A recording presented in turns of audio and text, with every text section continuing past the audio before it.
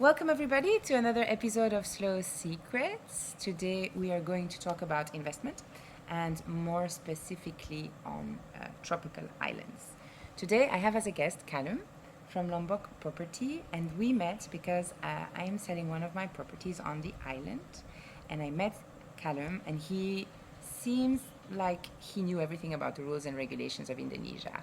And they tend to change a lot. So I felt very supported and I felt comfortable and confident with him. So I wanted to invite him on our podcast. Welcome, Callum. Thank you very much. Excited to be here and let everybody know about beautiful Lombok. So Lombok Property, what is your story? How did you roll into Lombok? Well, my mother first came to Lombok back in the early 2000s. She bought some land down in southwest Lombok and built a private villa down there, and she was staying there. And while she was building, I'd come across from Australia on my holidays and stay for a couple of weeks while she was building, and I just fell in love with Lombok. I loved it. Beautiful people, scenery, such a really nice, laid-back lifestyle. Yeah. And after I took quite a bit of time off work, and I stayed here for about 3 months, I think. And after that 3 months, that was it. I thought, that's it. I know where I want to go. So I went back to Australia, sold everything, and then come over to Lombok, and I certainly haven't regretted it. It's been beautiful. Yeah, I have a bit the same story. I was traveling around the world teaching scuba diving for 7 years, and then I came to Gili Air and I fell in love instantly. And I've been here 12 years now. Yeah. I think that happens with a lot of people. They come to Lombok on a regular basis, and then they spend quite a lot of time here, and then it just clicks for them. They say, yes, this is what we want. This is where we want to be, and then they move here full time. So I think what you said before, I agree. It's the people. I think I've traveled horizontally and vertically around the world, and I feel like in Indonesia they have so much heart. Yes. And that's really what seduced me to stay in college. And I think also because of the last 2 years with this pandemic, and everything's been really hard for everybody, but the Indonesian people they're always happy, they're always willing to help. Yes. Life's hard for everybody at the moment, the local people as well, but the fact that they're always smiling, always willing to help. Yeah. I think that's really says a lot about how wonderful Indonesian people are. Absolutely. When times aren't too bad, aren't too good, the way they react to each other and Westerners, I mean, it's fantastic. Absolutely. So if foreigners, because I have so many people who ask me, how did you do it? How did you manage to move to a tropical island, and kind of create a life that you don't need a holiday from? They always ask me, can I own land? How does it work? So I think you're the best person to actually shed some light on that. Well, as a non-Indonesian citizen, you can't own freehold land. So you can't, like in many other countries, you might have the deed or the certificate in your own name. If you're not an Indonesian citizen, you can't do that. So what a lot of people do is they'll form a PT PMA company. Yes. And then they can acquire a villa or a hotel or a piece of land under that company, which they can fully own. And there's a number of other different ways. If they're of retirement age, they can get a retirement visa and they can acquire land under hak pakai. But again, it's not freehold. They don't own the land. There's a bit of discussion about whether having a property under your company is ownership or leasehold, because the length of a certificate for a company is 80 years. Now, some people will say, well, that's a lifetime, so yes, I own the property. But some people will say, well, no, that's just a lease. It's like if I hire a car for 1 year, I don't own the car, I'm just leasing the car. So, but having a PT PMA company and acquiring property or land that way is the most legal and safest way to do that in Indonesia. Absolutely. But everybody's circumstances are different, and so that's why it's always good for everybody to do their own research, ask around to find out what specific circumstance works for them. Yeah, absolutely. That's exactly what I did when I came here. So we bought the land under the name of the company, and we are 3 European shareholders, and it's worked out really well for us. Yeah, it's the safest way, and it also having a PTPMA company. If you want to have a business and you want to work here and you want to employ people and have a really good business, that company can allow and sponsors you to actually work and live Yes, in Indonesia. absolutely. And it can sponsor up to a number of any other Westerners to come and live and work in Indonesia and work for that company as well. So. But again, it depends on what circumstances. People are of retirement age. That's obviously not the way to go. They can get a hak pakai because they can get a retirement visa and that sort of thing. But most people, and what I recommend, is setting up a PTPMA company because that is the safest way of acquiring and utilising the land that you have in Indonesia. Yes. So, what is the next best thing? You mean the next biggest? Where should people... Like, what does property look like in the future for you between Lombok with the MotoGP development? Yeah. Gili, is it still a good place to Yeah. invest? Yeah. Flores? Well, definitely. Government Yeah, definitely. is investing Kuta over is there. certainly a worthwhile investment area Yes. because of what's happening down there. Not only with the Mandalika Grand Prix, but that whole Mandalika area and what the government has planned for the next 5-10 years. Shopping malls, golf courses, water parks. Hopefully there'll be a seaplane service direct into the Mandalika area, so anyone from Indonesia within the range of the seaplane can land straight in. So obviously Kuta is certainly a very big investment area. But again, also it depends on what you want to do. If you're looking for a business area to invest, obviously the Gillies will always be Yes. a very busy touristy area. It's the best place in the world. Yeah, it is. So the Gillies are always going to be very, very busy with tourists and investment and that sort of thing. So Kuta, the Gillies, also Southwest Lombok. Southwest Lombok, because of its proximity to Bali, Yes. also its proximity to the Mandalika area, a lot of, and it's beautiful beaches, amazing Beautiful diving, beaches. stunning surfing, Banco, and a lot of people know Beautiful. that as Desert Point.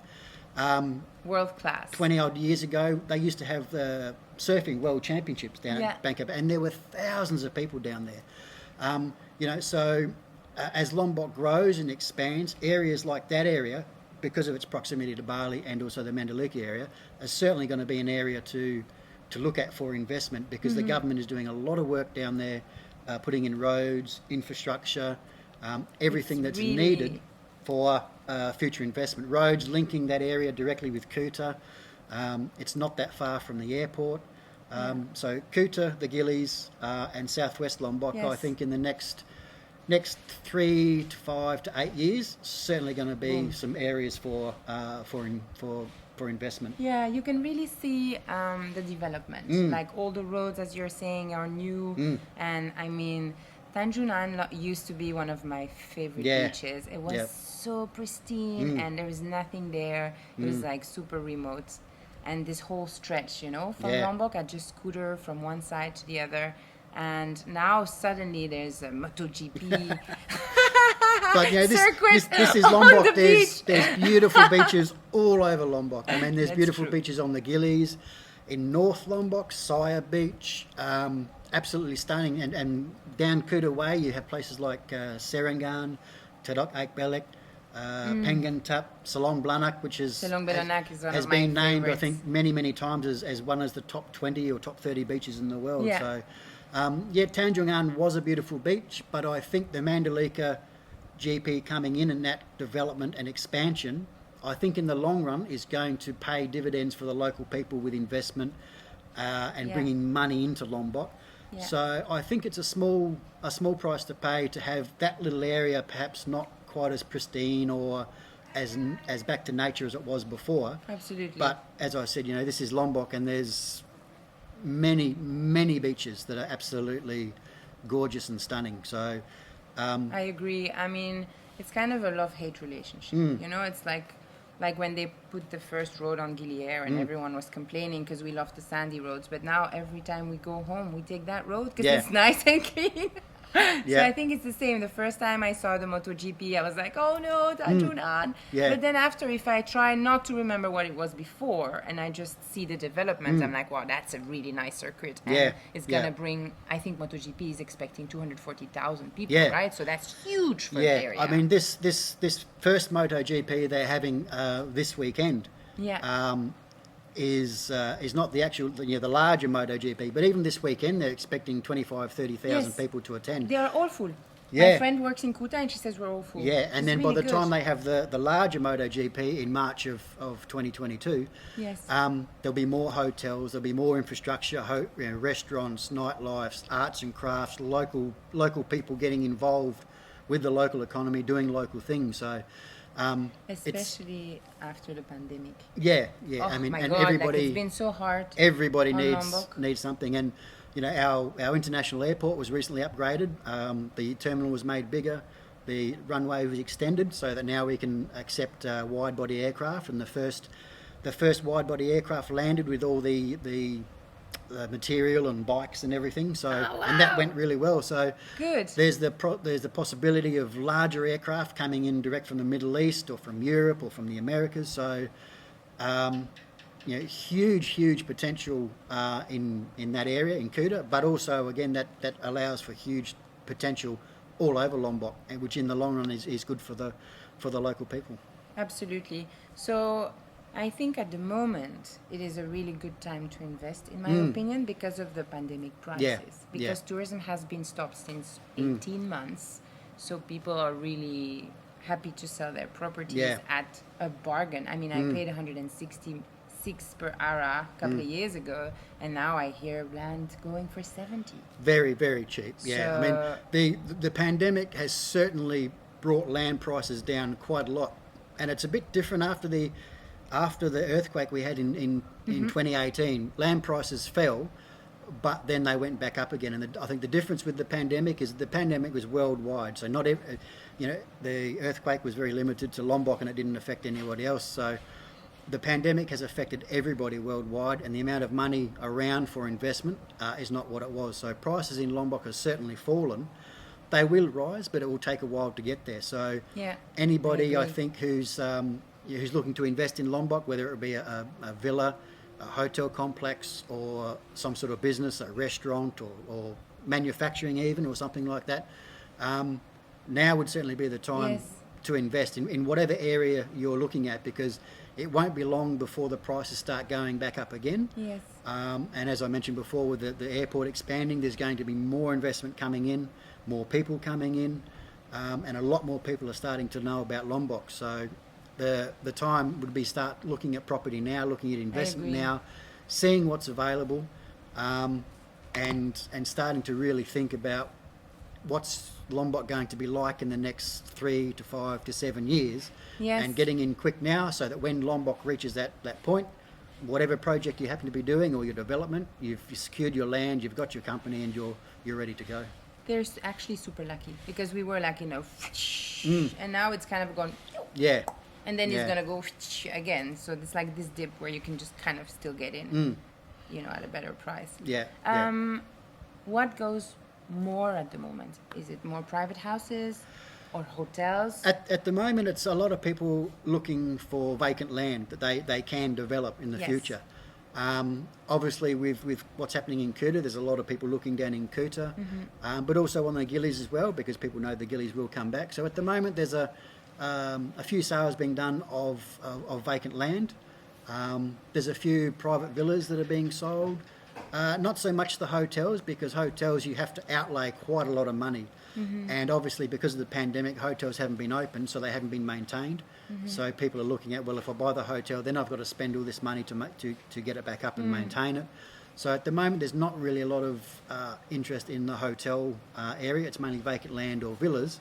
But sales at the moment are slowly picking up. So that's why I say, if you're interested in investing, whether it be land, hotels, villas, or whatever it is, certainly start planning now to acquire something, so you can plan for when Lombok does come back again. If I had to ask you of 2 properties that you would buy eyes closed. I have a property on Gili Meno called Gili Meno Eden. Oh yeah, that's Beautiful gorgeous. property. Absolutely stunning property. Gorgeous. And the owners have actually been quite good. They've maintained the property. There's still a little bit of work to do, but they've maintained the property very well. That would be one property. There's also another property on Gili Trawangan called Gili Villa Bali Beach. Absolute beachfront property and stunning, absolutely stunning.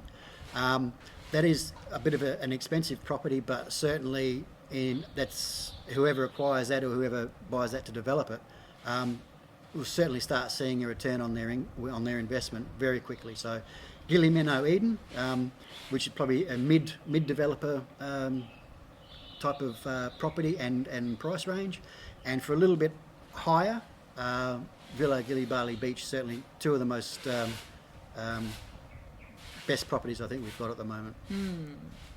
Well, I think that covers all the questions I wanted to ask, but maybe you would like to add something? Only to say that the future of Lombok is certainly extremely bright. There's a lot of competition between Bali and Lombok, and people will say, Bali's the best place to buy because it's always going to be busy and etc. That's true. Bali will always be busy, but I think it's a different sort of investment or a different sort of lifestyle. Bali is a very busy, hectic sort of place. You can go there for shopping and nightlife and drinking and all that sort of stuff, whereas Lombok is a much more laid back, much more relaxed sort of lifestyle. So, there's so many ways to get between Bali and Lombok. There's the flying, ferry, fast boats. So you go to Bali and do your partying and shopping and all that sort of stuff, and then you can come to Lombok, chill out, relax, enjoy the beautiful people, beautiful scenery. And from an investment point of view, prices in Lombok are a lot less. Even once over the pandemic and things start picking up again, even pre-pandemic, prices between Bali and Lombok were a lot less. So, a lot of people these days and a couple of years into the future aren't going to have a lot of money to invest. So Lombok is certainly for those mums and dads or those group of 3 or 4 people that are looking to put in a bit of money to invest. Lombok is certainly the better option. A lot less for land prices, villas, hotels, businesses, that sort of thing. So your return on investment is going to be a bit quicker. But I think in the next 10 years, I think Lombok is certainly going to be. Bali has a very good name for investment in tourism, but I think in 10 years' time, Lombok, it will certainly be up there, only just behind Bali, if not at the same level as Bali as well. I agree. So to finish, maybe 3 action points for buying property. The first thing to do is do your research. Thankfully now we have Facebook pages and internet and everything else. So, go on to some of the Facebook pages, the expat Facebook pages, whether it be Lombok or Bali or Indonesian or whatever. If you've got questions, go on there, ask questions, listen to what everybody says. Definitely do your research. Unfortunately, a lot of people come over, they fall in love with the place, and the first Indonesian they know really well, they just listen to exactly what they say, and sometimes they fall into a bit of a pit. Locals don't understand or don't have the same ideas about investing as Westerners do. It's a totally different set of rules for locals than it is for Westerners, and some locals don't understand that. So definitely do your research. When you're talking to different notarists who are the people who arrange the buying and selling and do the contracts and that sort of thing, talk to a number of different notarists to get an idea of the best way to do it, what their ideas are and that sort of thing. I did this with 3 of them. Yeah, that's the best way to go. Always 3 best way for to go. Everything. And definitely, contractor 3, everything 3. definitely do your research. And don't just take what one person says as being the absolute gospel and they know everything. And as you just mentioned, when it comes to building, get a whole lot of different people. Again, check some of the Facebook pages. Have they heard of that builder? Have they had problems with that builder? Go and have a look at his work. Because if you're spending a lot of money to invest in a foreign country, at the end of the day, you don't want to have something go wrong and have all that just disappear and have nothing left at the end of the day. So I think do your research, ask as many questions as you can, and take your time. You don't have to arrive on Monday and buy a piece of land on Tuesday and start doing everything. Agreed. Take your time, even if it means you have to come backwards and forwards from to Lombok for a few months, or you have to spend a few months living in Lombok first to make sure that this is the sort of lifestyle you want. You can enjoy living here, you can deal with the people, you can deal with, unfortunately, Indonesia has a lot of bureaucracy, like every country in the world. And it changes all the time. Yeah. So when you're doing a business, or even when you're living here, there's a lot of bureaucracy you have to deal with. So Lombok is a beautiful place. People come here, they fall in love straight away. But when you're looking at an investment point of view, you've got to come here, spend a bit of time, make sure you can live with the people, live with this sort of lifestyle. And if you've got that, if you and the vibe gel, then great, fantastic. Find do your the research, right support. exactly, and then go forward. Really being surrounded by people that now after 10 years I know I can trust. Yeah. And of course we still function differently. Yeah. But I couldn't imagine doing it without them. No. I mean, as I said, the locals, there's a different set of rules for investing when you're a local as a foreigner. The locals are always more than willing to help. Sometimes they don't quite understand, but that's not their fault. They just want to try and help you do what you want to do. So locals aren't, the locals are here to help you. Yes. The other thing is, you're living in another country, than your own country, obviously. So you have to respect their local laws. You have to respect their local religion. And, there's been a lot in the media about, because Lombok in Indonesia is such a Muslim country, a lot of people don't want to come and live in Lombok or Indonesia because it's a Muslim country. But I've been here 11 years. I've been coming here for 17 years, and I have had absolutely no problems whatsoever. Same. It gets down to the fact that if you respect the local people, you respect their religion, they will give you back as much respect as you give them. Yeah, absolutely. And, Hindus and Muslims and Christians, we all live quite harmoniously here in Lombok. Hindus live next door to Muslims, Muslims next door to Hindus, and vice versa. Yeah. And, it's mutual respect. You give them respect, they give you respect, and everybody's more than happy for people to come and live in Lombok and experience how beautiful Lombok is. Yes. Well, thank you so much for being our guest. No worries. Thank you very much. And if people wanted to contact you, where can they find you? They can go to www.lombokpropertyinvestment.com, and our email address is info@lombokpropertyinvestment.com. Voila. Thank you very much. And I send you a lot of love from the island.